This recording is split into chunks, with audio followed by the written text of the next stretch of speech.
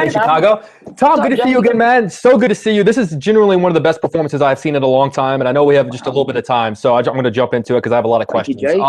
Yeah, dude, it's truly unbelievable. You know, when a role that is this physically demanding, this emotionally draining, and this taxing, I've always been curious as to how a role like this affects your personal life. When you go home at the end of the day, your relationship with your friends and your family, how does this performance just kind of affect who you are and how you're able to just live your life outside of the movies? I've always been very good at leaving my work at work, and not taking it home with me, you know, especially when you're dealing with a character that's going through such horrific things as Cherry is in this film. It's just not healthy to take it home, in my opinion. And I think if I was taking this role home with me every night, I would have had a mental breakdown, and it would have been total shutdown. So for me, I just try to distract myself. I try to enjoy myself as much as possible. I'm constantly having to remind myself that we are making movies and we are not saving people's lives. So it is not the most important profession in the world. So we can enjoy ourselves where we can. That's a great attitude. You know, because Cherry has such an unbelievable life full of these insane moments, I love that you guys in the film divide his life up into chapters, and each chapter has a name. You are living quite an unbelievable life right now. If your life were divided up into chapters, what would this chapter you're in right now be called? It's only the beginning. Maybe. I like that. With the font and the red background, I like it. That's the road is long ahead or something like that. I don't know. It sounds good, and it would look good with the font and everything. Yeah, the nice big red font, it'd be cool. Yes, which I love. You know, I love these moments where you get to break the fourth wall and talk directly to the audience. You've played some really amazing characters and been in some great scenes in your career. What's another character in another scene where you would love to have had him break the fourth wall, and tell the audience directly what he's thinking in that moment? We had a few moments in the Spider-Man films where we were kind of toying with the idea of breaking the fourth wall. And we were going to do it in really subtle ways. Like, for example, when May found out I was Spider-Man at the end of Spider-Man 1, Homecoming, she goes, "Peter, what the?" And I would kind of look at the camera, but it didn't really work. But what I love about Cherry is when he is addressing the audience, when he's looking at the audience, it is Cherry from the future reminiscing about the present. So his tense in which he speaks changes. I tried my best to make my voice lower. Whether or not that worked or not, I don't know. But I just really liked the challenge of getting that right. It was really difficult, and it went really well.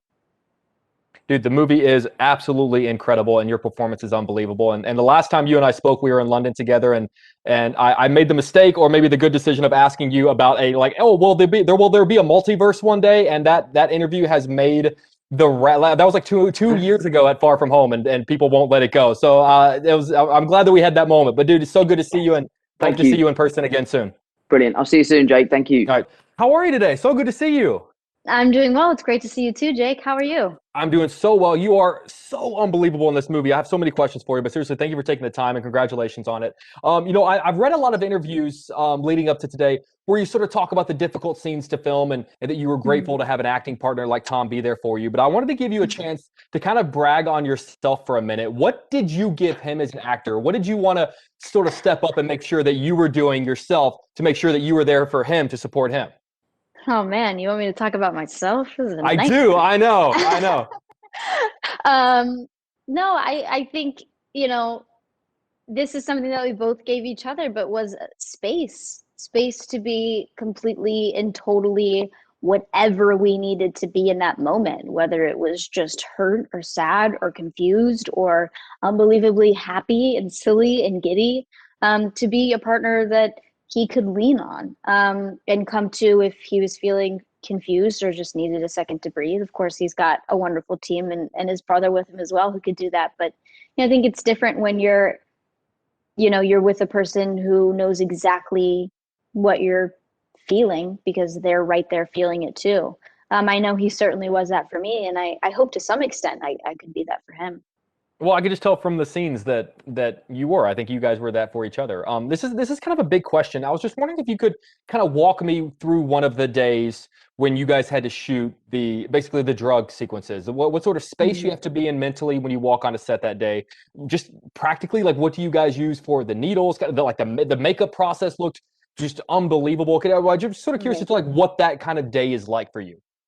Yeah, those days usually start quite a bit earlier because of the makeup process. You know, usually it's like, oh, you don't wear any makeup, but of course, you know, there's a bit that goes into enhancing the less attractive qualities. Sure, sure. And you know, adding the veins and the track marks on the arms, so that would probably take up the first 2 hours of my day. And then I think we usually try to keep things pretty level when we first get on set, when we rehearse, without going too deep too fast.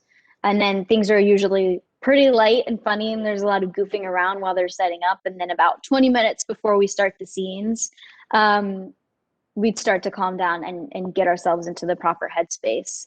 In terms of props and needles, we had both real and retractable needles. So a lot of the scenes that you see where Cherry or Tom is putting the needle up to my arm, it's actually real. Mm-hmm. And then we would sort of, you know, work with angles to make it so that I didn't have to stick it into my arm, which I don't know if you know, I guess some people on some movies do shoot themselves up with saline or sugar water.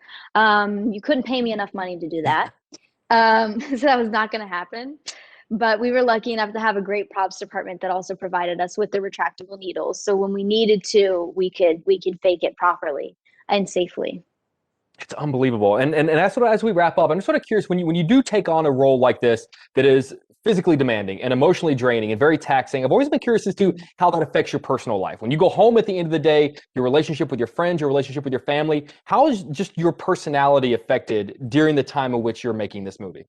From the very beginning of the experience, I had a really great support system around me, a group of people who were very conscious about the dark places that telling a story like this can bring you. People who are constantly checking up on me, saying like, hey, how are you doing? Let's go out. Let's go get lunch. Let's do this. Let's do that. Keeping me myself.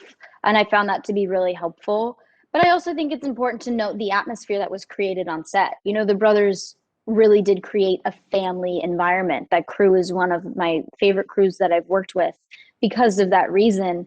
I felt like I had a support system there that could pick me up if I accidentally fell too far.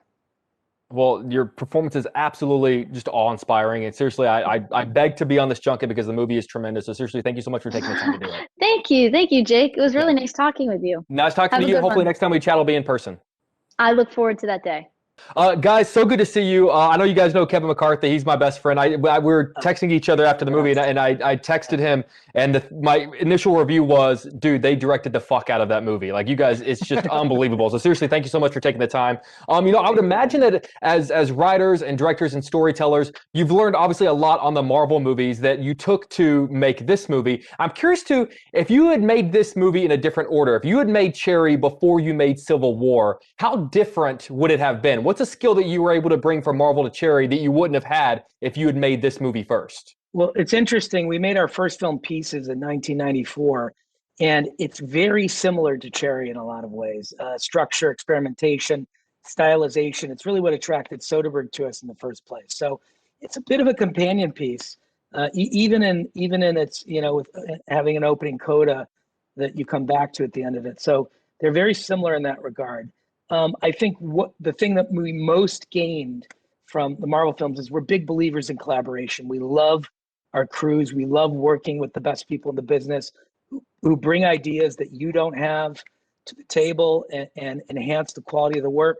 And you know, at Marvel, you attract the best people in the business. So we're able to bring this incredible crew from those movies with us to Cherry, and they really helped out. They really helped us bring the vision to screen. But I'll say the two differences, if we had made this before the Marvel movies, is number one, we would have made it for a lot less money, which is fine. But number two, we would have had to make it without Tom Holland, which is not okay. To your point, that which leads into my next question. You know, I was wondering if you could think back to your first audition with Tom whenever you were looking for the right person to play Peter Parker. Obviously, you weren't looking at this kid thinking, could he play, you know, a former soldier with PSD who, you know, develops a drug habit? But did you see things in him beyond what you were just looking for Peter? Did you see things as an actor and think like, okay, he's perfect as Peter, but like he's kind of got X, Y, and Z as well? At that point, you know, our needs were so immediate. We were very focused on that role. I mean, as you can imagine, the pressure to recast Peter Parker, reintroduce a new version of Peter Parker. Number one, it's a lifelong dream of an opportunity for us. Number two, it's an incredibly critical choice. So we were certainly solely focused on that role, finding the best version of that character. But to your point, I will say that we did recognize that Tom was an extraordinary talent. I mean, that's something that we saw right from the get-go. He was an actor who had really amazing, even at a young age, you know, we cast him as he was still a teenager. He had amazing control of his instrument, and he was a very brave performer and a smart performer. We could sense that right away. So we knew he was an immense talent, even if we weren't thinking about anything but Peter Parker. Fair enough. I'm gonna try to squeeze in one more before they give me the wrap. You know, I'm so fascinated with your style of this movie. I mean, like the breaking of the fourth wall, the dialogue on the screen, how you divide it up into chapters. And I'm sort of curious as to what point you solidify the creative directorial style of a film like this. Like, is it at the beginning in pre-production? You know exactly what it's going to look like. Do the wheels start turning like mid-production, or is it after everything is shot and you have post-production when you can kind of start tinkering in the editing? It's a process. It's very iterative the way we like to work. It's a bit like jazz. It's impressionistic. Anthony and I prepare really hard. We like to think through everything. We're academics at heart. So we have a lot of conversations. We have a lot of conversations with our creative collaborators. And then when we get to set, we're willing to throw all that out if we come up with a better idea, or now that you're in a tangible space with living, breathing actors who are going to make interesting choices, you have to be adaptive to that. You know, so you're really managing tone from the first word of the script to the last edit and editorial. And we'll go to editorial in the evenings, watch it, receive information about what we're shooting, how it's coming across, go back, maybe pick up another close-up for a scene because we want a piece of emotion there, or reshoot a scene, or come up with a new idea for a scene. And the other thing is we just make sure we have the tools there to execute. We had overriding principles for each chapter: magical realism, absurdism, realism, horror, psychological horror. You know, like they all break down very cleanly into categories, and we use lenses and camera moves and music and color, mise en scène, everything to help underscore that overriding principle. But you know, we do leave room for improvisation. The movie is nothing short of brilliant. It's obviously, you know, we're only in February, but it's my favorite movie so far this year, and I think it's the first movie I've seen that I can guarantee will be on my top 10 list at the end of the year. So guys, thank you for just movie after, like, you don't know how to make a bad movie, and it's to the benefit of all of us. So thank you so much for always being a great interview. We do not. Well, I haven't seen it yet, so I'm curious to see what that would look like. But guys, seriously, thank you so much for taking the time. I think my buddy Kevin is coming up behind me, so give him a hard time. And seriously, you know, I hope you guys are doing well, and I'll see you soon. Take care, man.